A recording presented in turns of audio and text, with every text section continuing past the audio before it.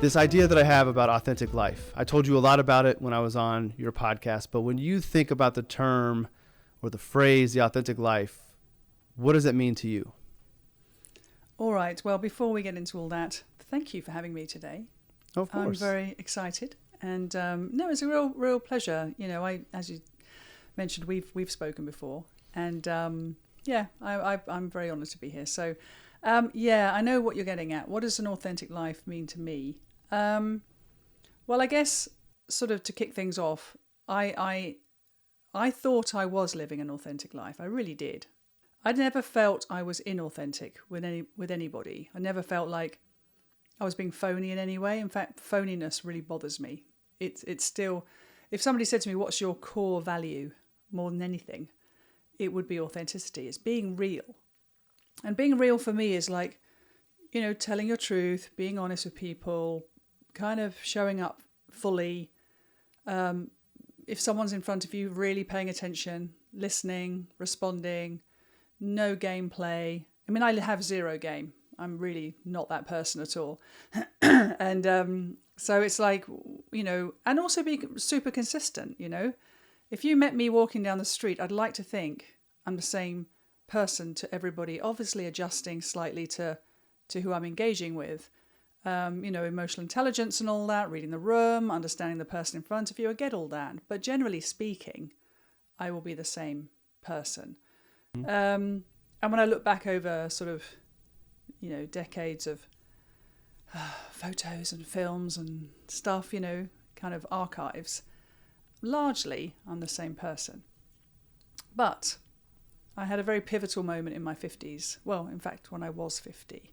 I'm now in my mid-50s, which kind of shocked me to the core and made me realise there was a very big difference between the true authentic self, the one that's completely embodied in every aspect of their lives, and the person I was before, who was authentic as a ambition and model.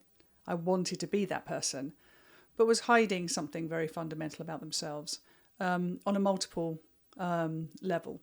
So in my case, my family background, the things that happened to me as a child, and then ultimately my sexuality. So these are quite big things to kind of keep away and keep buried. And I can't tell you, the difference is night and day, Justin. It's like a totally different second act. That's all I'm going to say about it. Well, you went straight to it. I was going to ease us into what this difference in authenticity, you know, earlier versus later. That's great. And I appreciate you coming on to like be vulnerable and share. I have no idea where this conversation is going to go, but I know it's going to be one that will help somebody else out there navigate the roads they're going. And before we dive in, I do want to get a little bit of kind of like who Julia is and how you got to where you are today, and as much of the backstory as you want to give. But I want to stay on this idea of authentic versus inauthentic. And it's something that I struggle with because I'm a people pleaser. And I don't want anybody to feel like I'm attacking who they are today or how they're showing up in the world. And I just look back on my journey. There's a picture that it's not famous by any means because I'm not famous, but like people who know me have seen it before. It's this one where it was at the business I worked at before I started my own firm. I have a suit on, I have a tie, and I'm making this face. And one of the things I try to make sure that I bring into the conversation is that wasn't the truest version of myself back then, but I didn't know that. And so I was showing up as the most authentic version of myself that I knew of at that time. It wasn't until later that I kind of put together the pieces that, this discontentment or this unrest I have is telling me there's more to me. There's a different version of me that's supposed to be out there. So I just wanted to just put that out there for anybody listening, that you can not be the truest version of yourself. And I don't think that necessarily means you're being inauthentic. To me, and I'd be curious how you think about this, when I talk about inauthentic, I think it's when you're knowingly presenting yourself to be somebody that you're not. To me, that's inauthenticity. But if you look at yourself in the mirror and you think you're being the best, the truest version of yourself, even if there's a little bit of unrest, if you don't know what it is yet, then I think you're still being true to who you are in that moment. And the authentic life is a evolution. Like, we continue to grow and evolve.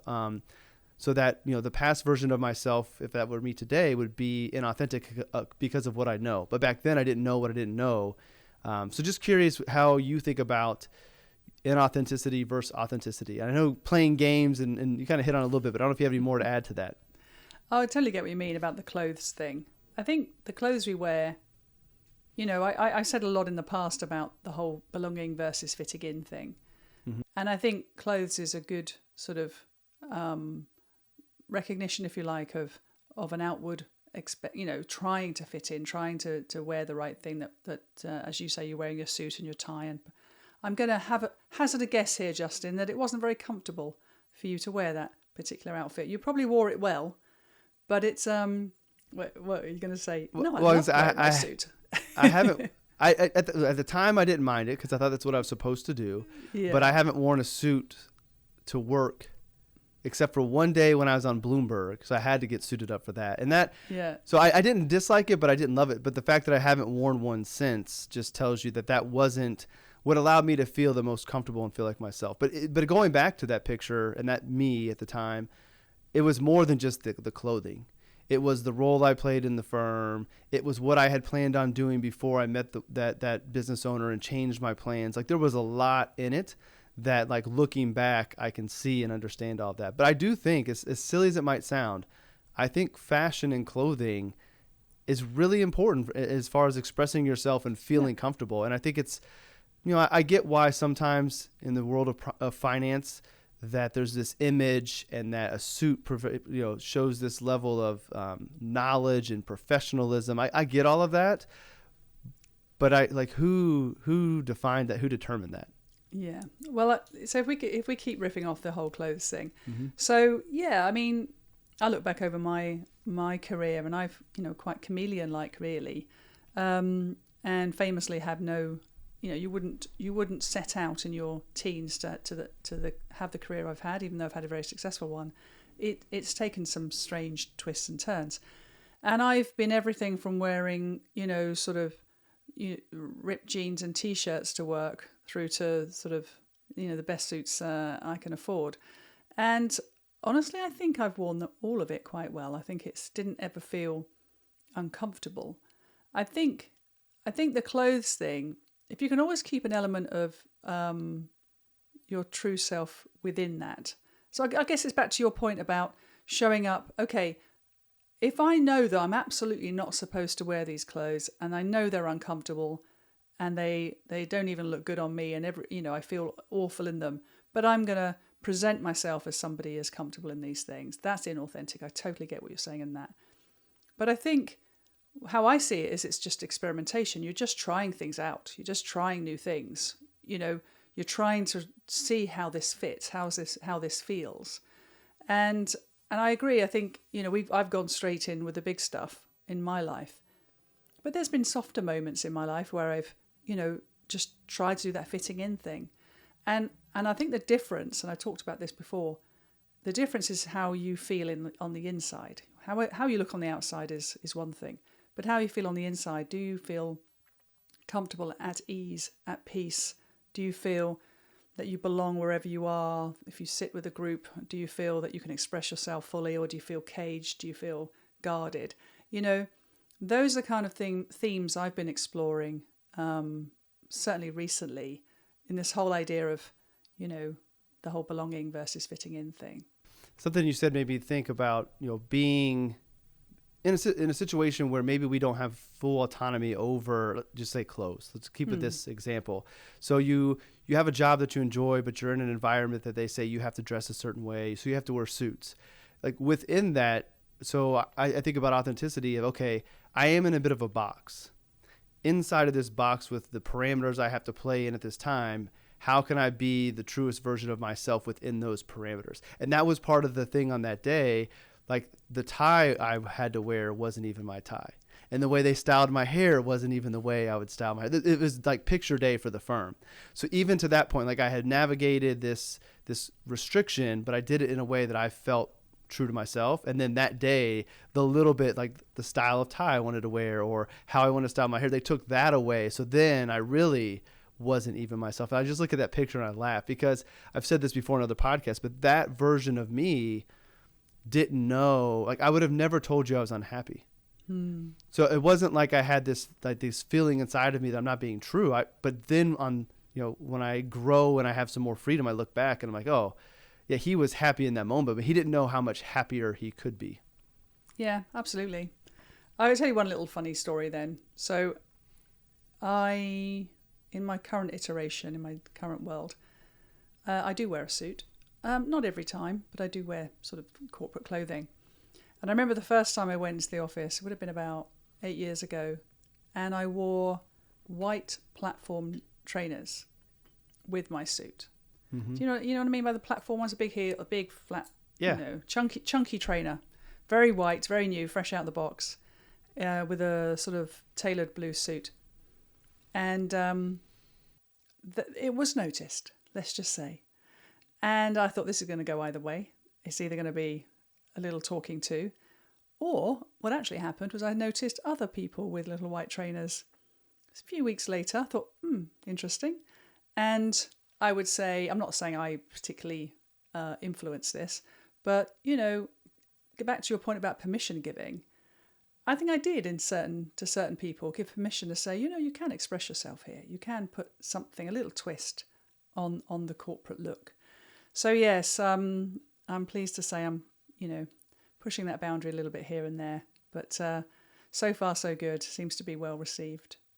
Hey, we need people to push boundaries. We need people to give us that little bit of permission to do things that a lot of us want to do, but we just don't feel like we have the comfort. And some of us find ourselves in these positions where, for whatever reason, we have the comfort and the confidence and maybe the hard-headedness to just do it and realize that the consequences probably won't be that bad. But what it can mean for other people is pretty cool. That's an awesome story. Well, go on. Sorry. Oh, go ahead. No, go ahead. No. I mean, as I say, it's a small example, but these things can have a big impact. It can change the tone of an entire organization. I'm not saying I did that necessarily, but it can change the tone. And if you are in a position like you say where you have got that freedom, and if we can talk about that just for a second. Mm-hmm. Everything that led to that moment of wearing the white sneakers was kind of, I mean, it sounds like a strange kind of image for it, but when I think about that day, I think, everything was building up to that. That's when I stepped out into myself, if you like, because it was roughly about the same time. Mm-hmm. It's roughly the same time I was starting to tell everybody that, there's changes in me. And it felt incredibly freeing. I felt wonderful, just, and maybe it started with the shoes, Justin. Just want to say that. You never know. Sometimes it's the little things. Yeah. Well, sticking with the theme of stories, can we get a little bit more of an introduction to Julia and kind of your story that gets you to where you are today? Again, as much as you want to share, and then we'll kind of dive into some of the, I won't say changes because it was always you, but kind of changes to the outside world and kind of how you navigated that. Yeah, I mean, when I spoke about earlier about the sort of family history, where that was kind of buried, if you like, I've actually written a book about it. It's called The House on Dogbone Street, and it was a very extreme childhood. I mean, by anyone's measure, I think it had a mix of everything. There was neglect, physical neglect, emotional neglect. A lot of violence in the house, an element of sexual abuse, a chaotic environment of, and I was thinking about it a lot lately because, it does come up, and I sort of I was sort of forced to really think about how I navigated that. And the thing that struck me the other day was, I am really this person. I was this person then, but just smaller. And I do remember being in the middle of this chaos and just thinking, what the hell is happening? Like it wasn't like unconscious to me. It wasn't like I was, oh, this is fine. Isn't this how people live? I was really aware that people didn't live the way we were living. Mm-hmm. And I know it sounds a bit extreme, but do you know this show called The Whittakers? I don't know. Oh, it's quite big over here. It's about a family that lives somewhere in, I don't know, I'm going to say somewhere in America. I'm not very good with geography of America. And it's a family that's never had sort of running water, electricity, etc., and multiple generations. And my partner said to me, "Oh gosh, have you seen this property? It was like a trailer." And she said, "It's really bad how they're living, and they've actually gone inside. Come and see this clip where they go inside." And she says to me, "Is this how it was for you at Dogbone Street?" And they were doing the old camera through it, and I went, "Oh yeah, they're similar, I guess." And she said, "Okay, what's different?" I said, "The floor's not covered in dog mess." So she was really shocked. She was like, "So it's as bad as this, but this was cleaner. What you're seeing on television was cleaner than how you lived." And I said, "Yeah, it was much worse than that for me growing up." And she can't believe it, because I'm a real clean freak. I've got a nice home. I wear nice things. I've, carved quite a nice life for myself. But my home life was hugely chaotic. A lot of mental health problems within my family. A lot of poverty, real poverty. I don't mean, not being able to afford certain things. I mean, no food on the table, not knowing, what's going to happen. And somewhere amongst all of this, there was, I don't know, a spirit in me that was fully aware that this was extreme and fully aware that this was not reasonable, and somehow managed to sort of show up every day and try her best and forge a way. I left home at 16. Prior to that, I had multiple sort of cash jobs I took. Had some kind of education. I was very good at school. I was super bright. I was that kid that said, if only she showed up now and then, she would do really well, But it wasn't my destiny to be in formal education. It was my destiny to get out and start living a life that was outside of that home. Mm-hmm. And left home at 16, and with my boyfriend at the time that turned husband. So we were like, two babes in the wood, leaving into the world. Again, working just sort of, I think you say Joe jobs, don't you, in America? Joe jobs, like basic jobs. I'd say basic jobs. I never heard Joe jobs. Have you not? I really thought that was a thing. I'll check. It could be. I'm not saying that I'm the most cultured person, so it totally could be. Yeah, but it's like, just hustling for working on market stalls and stuff like that, and starting my life. And I suppose I have some innate talents that I can't claim as mine. You're born with these things. There's nothing to do with me. But those talents were things like, capability, resourcefulness. I had a lot of fortitude. I was very strong-willed as a kid. And I was very, very hardworking. I would work and work and work and work. So my big career break came when I was about 26. I worked for a big multinational by then. Looked after about $50 million worth of business. Reported to the board. I was in a very senior role. And my life really just took off from there. So I've lived and worked in the States. I've lived and worked in India. I've travelled all over the world, really, with my work. I've had great jobs. I've been a CEO twice. I'm a managing partner now in a sort of value creation firm. I've been a singer. I'm a writer. I've done a lot of things. I've got a very rich and diverse life that I've sort of carved for myself since then. But no, I didn't want anyone to know about that, Justin. I kept that very, very kind of buried until I published my book, which was about 5 years ago. And now I don't care who knows. I'll tell you anything about it, because it's a monkey off my back. It's like, I don't need to hide. That wasn't my fault. I didn't do those things. I was the recipient of those things. And if anything, now I'm proud that I've come through it, and not just with what I've achieved, but the kind of person I am, and the I don't know. I could have easily chosen a very negative spiraling path from that experience, but I didn't. So that's one aspect. Isn't that so interesting, though, that somebody, or even a different version of you in the same settings, could have chosen that other path? And so I think about dealing with money and being in finance. You have people who come from families that had horrible money habits, and they're so good with money. Like, that experience made them be the complete opposite. Or they came from bad money habits and they continue them. was it all internal, or was there somebody that kind of was a somebody you looked up to, or was a good influence? Like, was there somebody that helped you find that other path, or do you think it was always meant to be the path you were supposed to go through?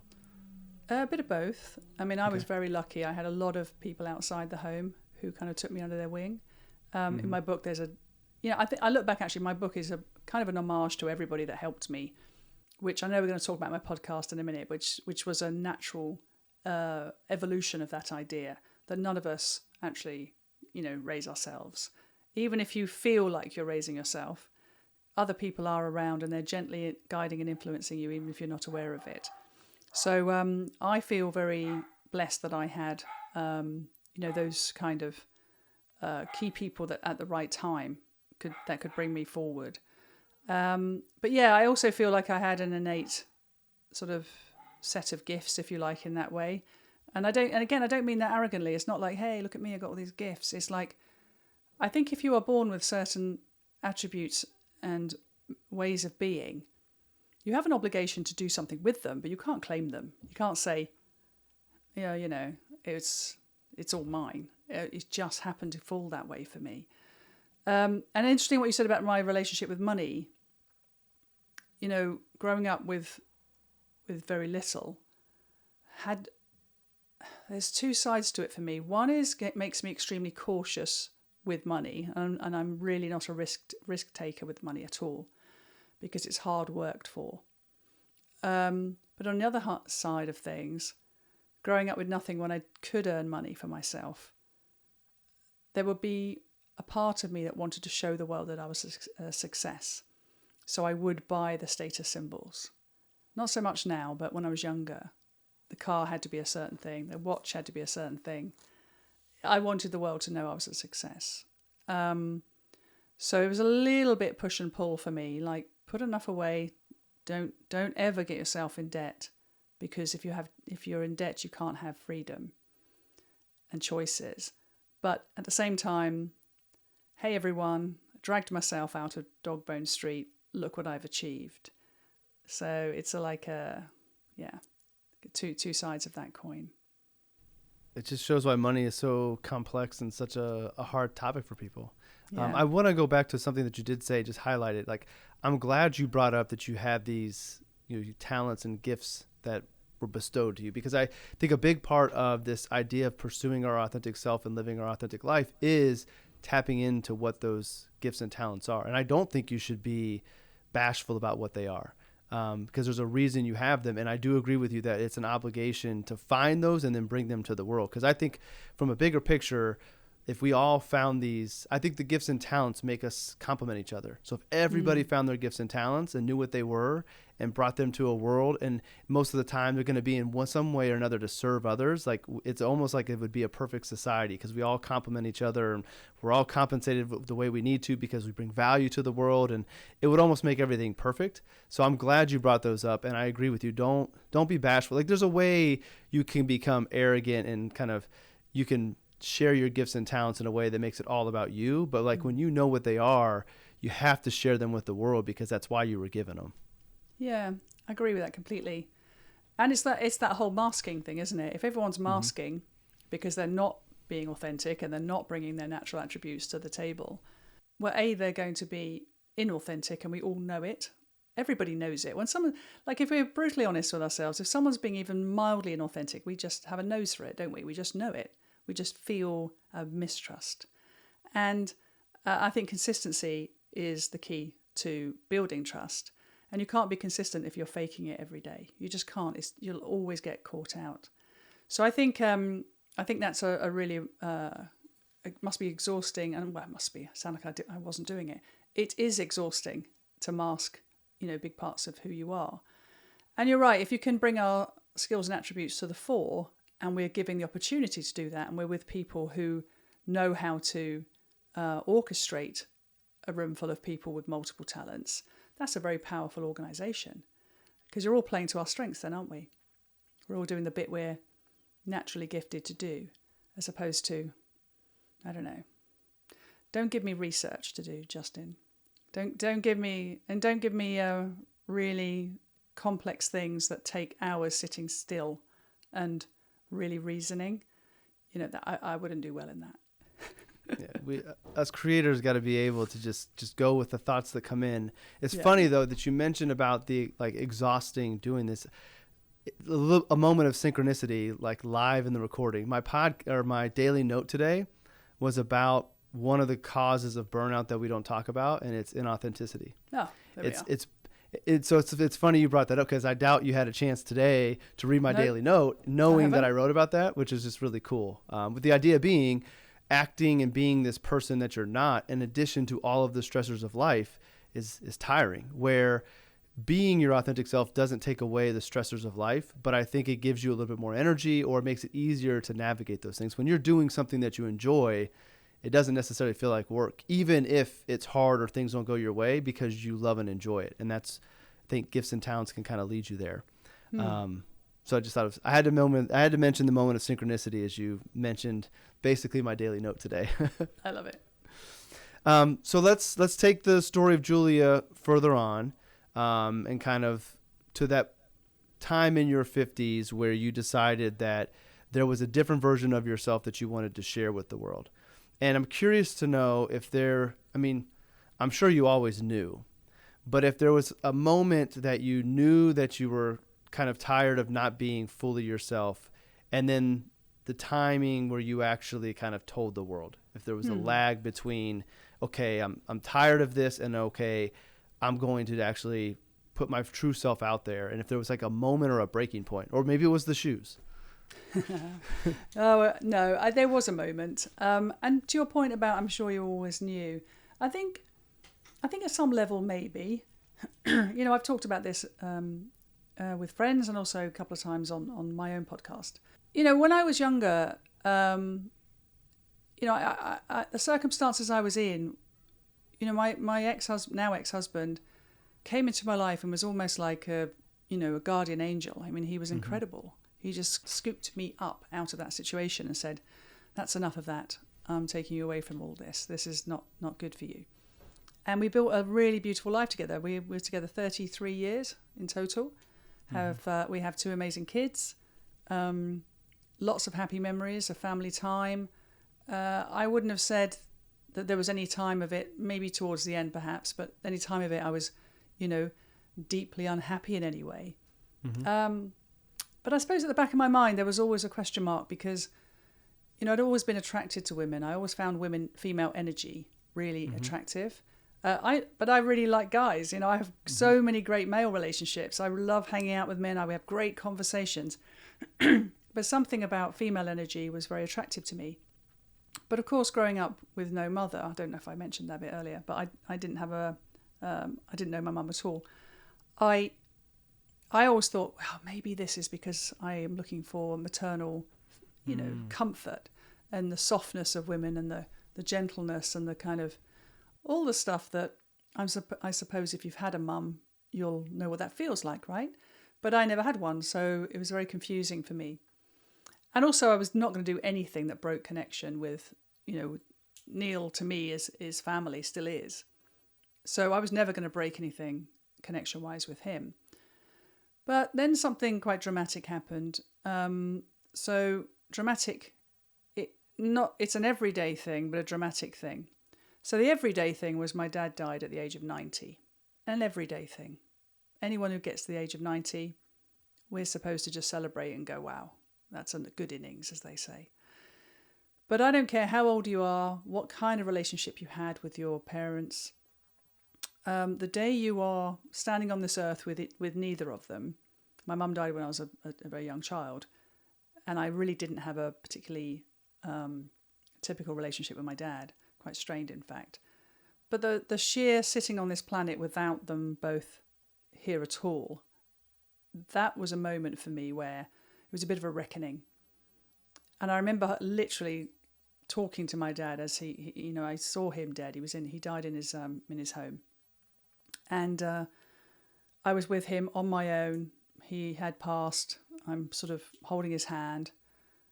And I started to cry. And not for him as such, but for the lost opportunity. And I remember saying out loud, Dad, there's this one thing that you and I could have spoken of, and I never did. And now what am I supposed to do? You're not even here. I can't do it. I can't talk to you about this. And that was, the moment I realised I was not living my true, life I was ever meant to live. And just a little point on that. My dad was born in 1929, went on to have 4 children, but he was a gay man. Everyone knew it. Everybody just accepted it.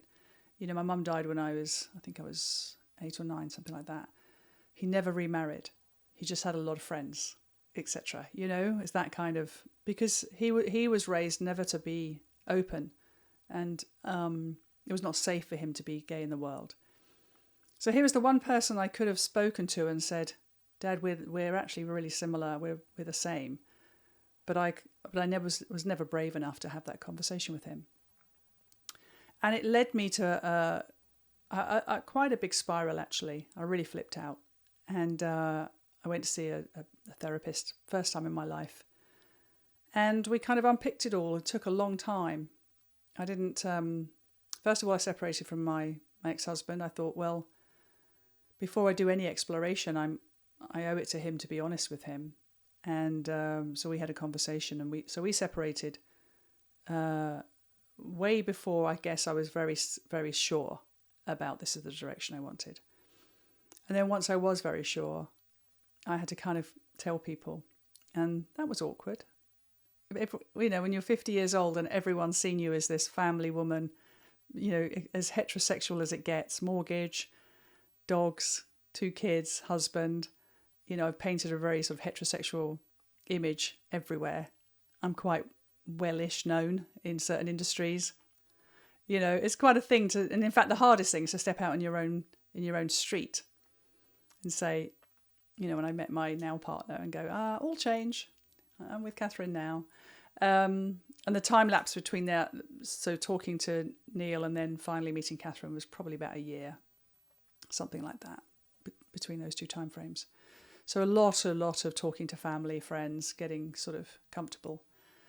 And now I'm as comfortable as anyone, as, and anybody walking around the streets today with their partner. That's how you'll find me. How hard was it to work up, I'm going to say courage, maybe that's not the right word, but the courage to have the conversation with Neil, and the courage to have the conversation with the kids, and because I'm sure it would have been easier to just keep it quiet and continue on this great life that you had, because it didn't sound like you were unhappy, maybe you said to the later years, but you may have been able to convince yourself to stay and be happy. How difficult, or how did you navigate that? Or was it just such something that you felt so called you had to do that made it maybe a little bit easier? That's a really good question, actually. And I would say a mix. I'd say, yes, definitely I could have done that till my dying day. There's no question I could have led a very comfortable, contented life with Neil for, till my end days. And, we often talked about what that would look like. So, we had an imagined future that we both held on to and saw clearly. But I think, when the world serves you up a kind of like I say, a reckoning, it does consume you a bit. It wasn't like a trivial thing. It wasn't like, oh, there's an interesting thought. Oh, well, I've got this far. I'll leave it. It really started to be a big, big, big deal for me. And I couldn't, and when I looked at my dad and I think I was just about to turn 50 and he was 90. It didn't seem like 5 minutes ago he was my age. And I thought, I don't want to die not knowing. I don't want to die not having found my person that I can be truly authentic with. And I looked at him and I thought, you never did find love. You never found a partner. You were never brave enough to step out in the world and be true to yourself. And it hit me like a truck, really. And it became such a big thought. And then the second part you said was, how was it talking to everybody? Well, Neil was brilliant, actually. In fact, he kind of called it a bit.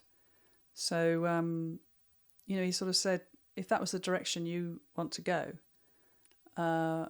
you'd have my blessing. I know that would be something that you'd want to explore, so you'd have my blessing. And then the kids, well, by the time I spoke to them, I kind of met Catherine a bit. We'd gone for a few dog walks, and I was like, "Oh, she's really nice." And nothing was happening, but I was just like envisaging what it could look like, And I remember just kind of sitting with the kids individually, saying, this was after Neil and I'd separated. They knew all of that. What do you think of Catherine? And they were like, "Oh, she's really nice." And I said, "Could you imagine me with someone like her?" And my daughter said something, "Oh, yes, very much so. And I really like her dog too." It was like a really easy, comfortable conversation. It was like, it wasn't a big deal. And then my son was very similar. He was just like, "Yeah, whatever, it's fine. So it started with the sort of nearest and dearest. And then it went out to friends, colleagues. And then eventually, once you've got through that kind of the hardcore closest people to you, which can be quite hard. Once you've got your core team on side, it's just stepping out in the world and just being it, not thinking about it particularly. Oh yeah, I've got to imagine Neil and the kids' responses just making everybody else, because not that everybody else doesn't matter, but they don't matter as much as those three. So if they're on your team, then like, if no one else is, forget them. Like, so be it. Yeah, it was a bit like that. I mean, there was a few awkward moments. I remember the first time talking about it at work. Mm-hmm. And I remember it clearly because I was in a DEI meeting and somebody said something about sort of LGBTQ stuff. And I remember said, "Yeah, well, speaking of somebody in a same-sex relationship, I can imagine that would be a little bit of a challenge. I've not experienced it personally, but I can imagine it would be hard." And then tried not to go red because it was the first time I'd ever said it. And nobody batted an eyelid. And I was like, brilliant. This is great. So my theory after that was just say it. Don't have to explain yourself. I don't say, I mean, technically I come out almost every day because I say, "Oh, this is my partner, Catherine." Or, "Oh yeah, she said." If I'm in a meeting, I'll say, "Oh yeah, my partner, she said this." I won't shy from it. I won't, because in normal discourse, people say, "Oh, my wife said this, my girlfriend said that, or my boyfriend said that." I just join in, and I don't explain myself to anyone. And no one seems to mind. It's good. I really like it. I think it's interesting. I don't think I ever would have thought about this before, but just the casual nature of the way you share it is very true and authentic, and it just kind of is. So it's like if you make a big deal about it, then it becomes a big deal and everybody makes a big deal about it. But if you just kind of work it in and naturally let it happen, like maybe they feel like they missed the big announcement some other time. So this is just the way it's always been and there's no reason to kind of dive into it. So I think that's a great way to kind of introduce these things. Well, there's a line I got picked up once by someone on one of my posts.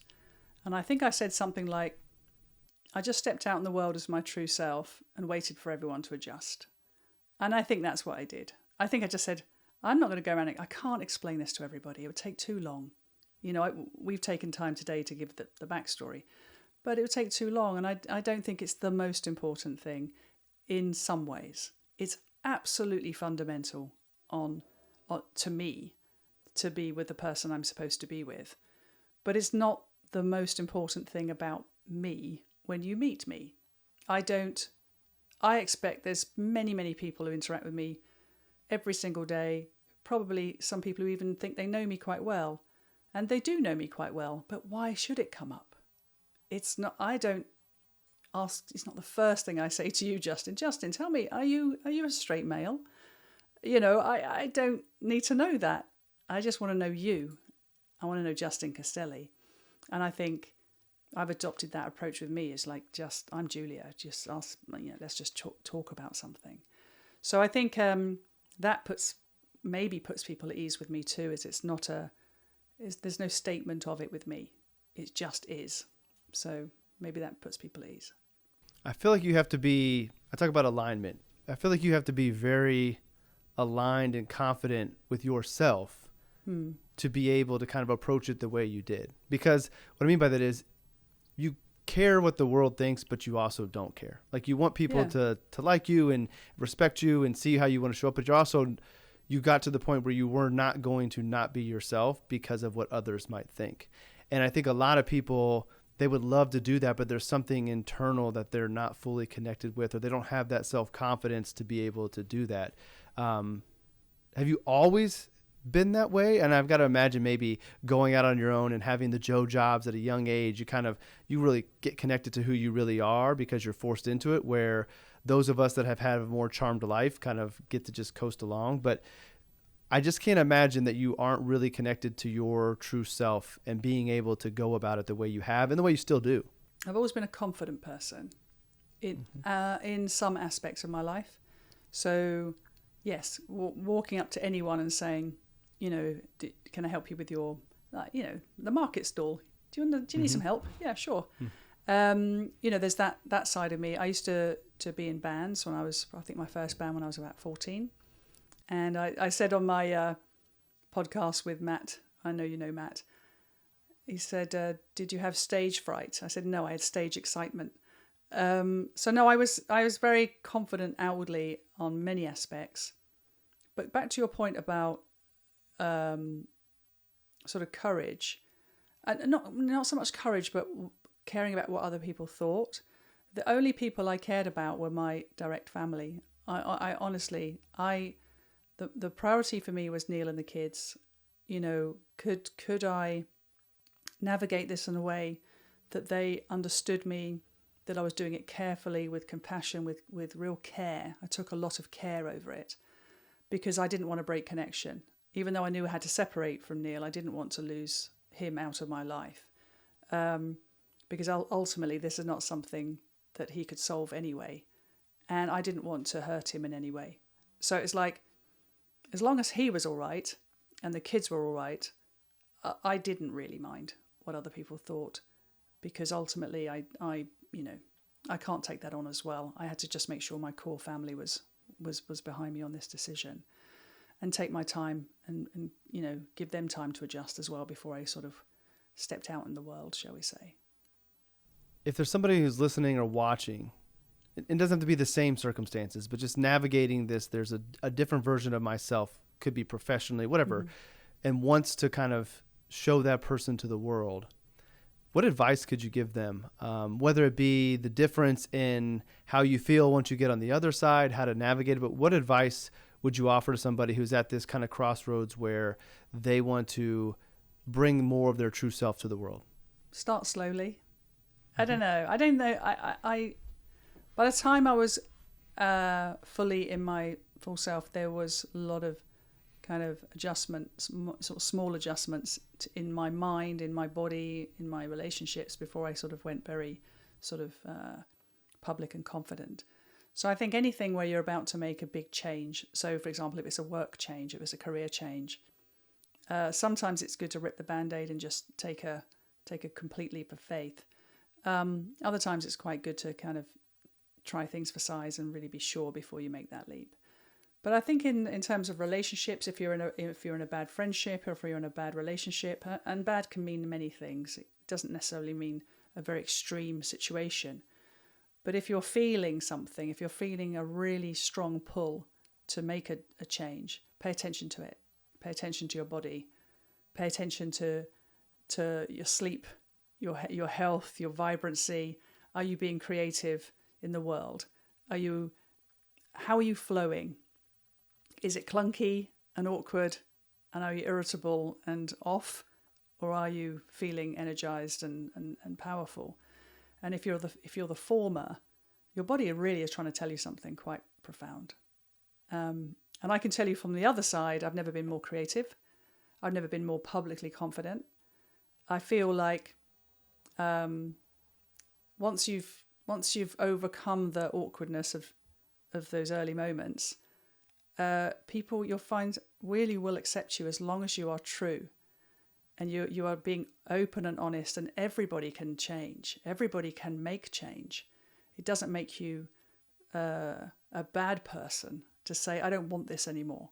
I want to try this. This is where I feel I should be going. I'm not a selfish person. I wouldn't advise that. I think we do talk a lot about the self these days.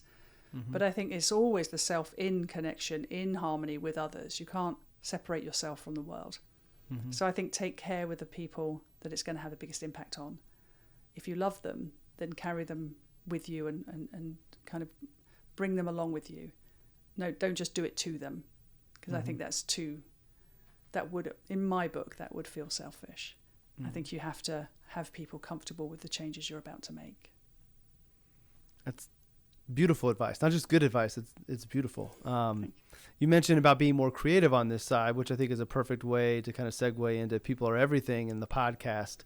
I'm not going to ask you who your 5 are. I don't think you haven't done that episode yet, have you? I know you have somebody who's going to flip the mic on you, but tell us more about People Are Everything, kind of how you came up with the idea. I think you alluded to a little bit of it with the book you wrote, but kind of tell us about the podcast. All right. Well, it did start with the book. So the book was, it took a long time to write from a point of view of thinking about it. But once I decided the format, it just flowed out of me. And the format was, it's very thematic and it's very people-matic, if you like. So a whole chapter could be one person, or a whole chapter could be a theme, such as music or my career or whatever.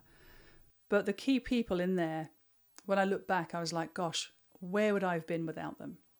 What on earth could my life have looked like if those people hadn't reached in their own big and small ways and said, I don't know what I'm going to do, but I'm going to help this person through. And they didn't have to. That was the most amazing thing.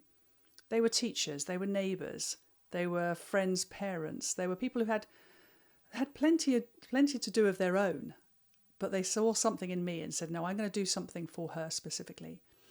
And so the book is a lot of gratitude towards that. It's pretty much mostly about that. And also it's a book of trying to understand the things that happened to me. But again, everything is about people. So when I finished that book, I then started writing a Substack, and I called it People Are Everything. And it was, the first theme was going to be belonging.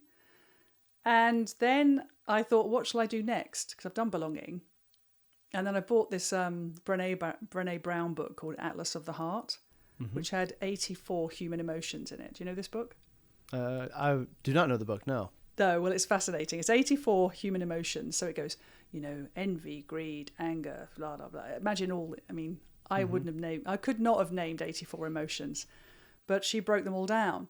And then I said to myself, 84 emotions. I could do a Substack series just on every one of those. And then I thought, that's a lot of work. And that would require the research thing I mentioned earlier. And I just thought that's not sustainable for me. I'm a very busy person. So how can I do something that doesn't require heaps of research, can be authentic in the moment, and give a platform for people to give the same thanks that I gave in my book? And let's face it, very few of us are going to write a book. It's a hell of an undertaking to write a book and publish it. It takes a lot of hours. So most of us won't write a book. In fact, less than 2% of us ever do it. Why could I come up with a platform that's more instant, can go out immediately, and create a platform for people to give thanks for their people? And then I just thought, okay, people tend to like structured formats. What's reasonable? 5 people? Probably. I riffed off this whole idea of Desert Island Disc, which is quite a popular show in the UK. And their show is, I think it's 7 or 8. If you could only take 7 or 8 records, vinyls, Ooh. Records. No one knows what records means anymore. Vinyl, you and I both know all about vinyl, Justin.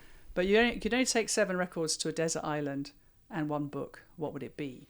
So I kind of riffed off that idea and said, well, okay, not necessarily a desert island, but if you want to talk about only 5 people, who would you choose? And then, as you've experienced, because you're about to be on mine, we've recorded it already, haven't we? It kind of forces you into really thinking deeply about your life, who's really changed the course of it or impacted you in some fundamental way. And I love it because it creates a wonderful space, if you like, for just giving thanks. That's really all it is. It's honouring people. And I think right now, particularly, it just makes me feel like it's a bit of positivity that's being put in the world. And it kind of makes me feel good. So That's where it came from. I'll tell you, everybody listening, think of the 5, like answer Julia's question. Who are the 5? It is hard to do. It is. And I cheated a little bit and worked some other people in there and dropped some other names, but like 5 people is really, really hard. And it goes back to the point where there's way more influence on us than we might realize, which is kind of cool. As you've done all these episodes, like what have you learned through the conversations of hearing other people talk about the people that have helped them? Well, firstly, people love to talk through other people. So if you like, this is mildly uncomfortable for me. You're asking me questions about myself, and I think generally speaking, people don't feel as comfortable talking about themselves as they do about talking about others. So it gives people an opportunity to really light up. So like, I don't know, when you talked about your dad, Justin, you didn't just talk about your dad, you lit up about him. You know, what a great role model he was, how the sacrifices he made, how he shaped you as a family man, gave you all your prioritization, gave you a blueprint for life. And you came to life when you talked about him. So I love that. I love the fact that people light up when they talk about their loved ones or their influences. So that's a really important sort of feature of it for me. And I suppose what else have I learned? I've learned that all the themes are roughly the same. It's connection, the power of connection, the importance of love, real love, love that you can rely upon and you nurture. The importance of influence, people seeing you and reaching in and helping you in some way, actually understanding you as a person, how powerful that is. And this kind of interconnectedness of everyone. There is no there is no island that you can get on. Back to the desert island disc thing. There is no island. We are all interconnected. We all affect each other in large and small ways. And there's always roughly the same sort of people. It's like it's parents, it's loved ones, it's teachers, it's coaches, it's inspirational figures, it's chance encounters, and everyone's story is so different and yet so similar. And I love that. One of the things that, as listening to the episodes, because being on it, I wanted to listen to it beforehand because I need to know what's coming up, but also I started really enjoying it and also wanting to support you. One of the things that I think about and the way that I interact with people, and I try to make sure it's not ego driven, but I want to pour into people to like, I want to think that I have a chance to be in a lot of people's 10. Like I don't expect to be in a lot of people's 5s because, like you said, parents, teachers, and people that are there long term. But once we get beyond 5, I want to try to be somebody for others that I would make the top 10.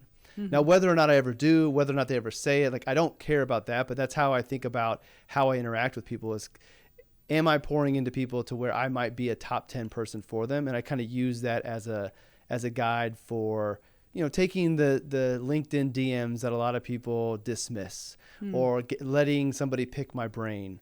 Like, cause a lot of us get that we're busy, but then I think about like, they reached out, they saw something, let me hop on a call with them for an hour. I can find an hour. That may not make top 10, but again, to me, that's top 10 type of like treating people. So I want to thank you just for giving that framework of like, okay, let me think about if I can be on someone else's episode when Julia talks to them in the future. Well, I love that. And I think it's a great way to be. I think what's the thing where they say what true happiness is when you help others. It is when you can use everything you've learned and pass it forward. And we talk about that on the podcast. That's one of the questions, actually. How are you going to pass this forward? And I get some of my greatest moments in life is when people I haven't heard from in years may say something to me like, oh, that thing you said back then, And I don't know if you do this, Justin, and I don't know if anybody here listening does this, but I recommend it. When somebody pops into my head, for example, someone once said to me, let's say, I can't think of an example straight off my head, but someone might have said something to me and it's popped into my head in that moment, and it might have been 4 or 5 years ago that they said it. I send them a voice note or a text and say, just to let you know, I was just in this situation and the thing you said to me 5 years ago came to my mind and was really helpful, and I either used it or I thought about it, and I want to let you know that that's what happened. And I just do that. And I don't know, it seems to be, to me anyway, the right thing to do is just, even if it's an acknowledgement that somebody's impacted you in that way, is a really lovely thing to do, and it's a lovely thing to receive. So I think as an aspiration, why not? It's a very healthy one. I want to be in people's top tens too. I want to make impact on this world. I want people to think, oh, that Julia, she helped me out here, or I learned something from her there. You know, what greater legacy is there than that, in my opinion? I wonder how many times that voice note you sent, whether you know it or not, was like the thing that person needed that day. Like if I think about people these days and I don't reach out to them, maybe not people from further in my past, but if I were to think about you next week and I don't reach out, I'm going to get an email or a DM on LinkedIn from you. It's like we are connected even though I don't know it. Further out, but I wonder if maybe part of the reason, like I think things happen for reasons we don't always understand. So yes, that thought of that thing that person said helped you in that moment, but then you going forward enough to send them that voice. So they may just be having the crappiest day ever. And they get this voice note from Julia from 5 years ago saying that you remembered something they said, that they provided value. Like that's an immediate lift in like state of mind and elevation of energy. I wonder how many times that just turns somebody's day around. Oh, I hope so. I mean, who knows? But I hope so. And I know it certainly works the other way around for me. I get a lot of people in my life will just send me something that they've seen and just forward it to me and go, saw this and thought of you. I mean, how wonderful. I just think that's the best messages ever, isn't it? It's not asking me for anything. It's not putting anything on me. It's not demanding anything. It just says, thought of you. I saw this thing, probably a dog thing, knowing me. And they've sent me a little note. And I think that's a lovely thing to receive. So that's everybody's homework assignment coming out of today's episode. 2 things. 1, think of your 5 and see how hard it is. And then when you get your 5, send all of them notes just saying, hey, I did this quick exercise and wanted you to know you're in my top 5. So that's everybody's homework assignment. Love it. All right. Well, I know it's late or later in the day over there for you. I want to thank you for going through your busy day and then hopping on here and giving me an hour of your time and sharing your story and being vulnerable and authentic. I've been really, really excited for this. And I told you I usually prep a lot, but I knew I wouldn't need to on this one. So I just want to thank you for taking the time. You started off with a thank you, which is what I should have done, but I was going to end it anyways with a big thank you for your time and for your story. Where can everybody find you? I'm going to link to the book. I'll link to the Substack, but is there anywhere else you want me to direct everybody to find you? The Instagram, I think, is peopleareverything_official. You can find my podcast everywhere anyway. It's on all the normal platforms. Message me on LinkedIn. I'm very responsive. Back to your point about DMs. Anybody DMs me, I'm always interested because people are everything, and you never know.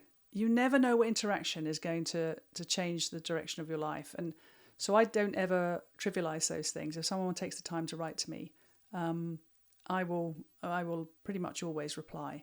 So LinkedIn, you can find me. I don't know. That's it, really. I don't have a website as such, but that's kind of the best places to find me. Well, I'll send them to all those places. And I know I still owe you the intro to Tyrone. I told him about our episode and how he was my person to introduce you to. And I have failed you so far to get the email intro, but I will email intro him today by the end of the day. So you have that because I would love to see him on your podcast as well. Well, that's all part of the model, you see. I get you to tell me one at the end, then I get to meet even more interesting, fabulous people I'd never get to meet in my normal walk of life. But listen, thank you. I've really enjoyed this, Justin. I knew I would. I knew it would go deep pretty fast. I hope I didn't kind of go immediately to the big stuff, but no. I don't know. I just feel super comfortable with you, and I wanted to just get into it, really. Well, thank you. I thought it was absolutely perfect, and it is a truly authentic conversation the way it was supposed to be. So I loved it. So thank you again, and I'll make sure everybody finds you, and I'll let you get to your evening. Thank you, Justin. Thanks, Julia.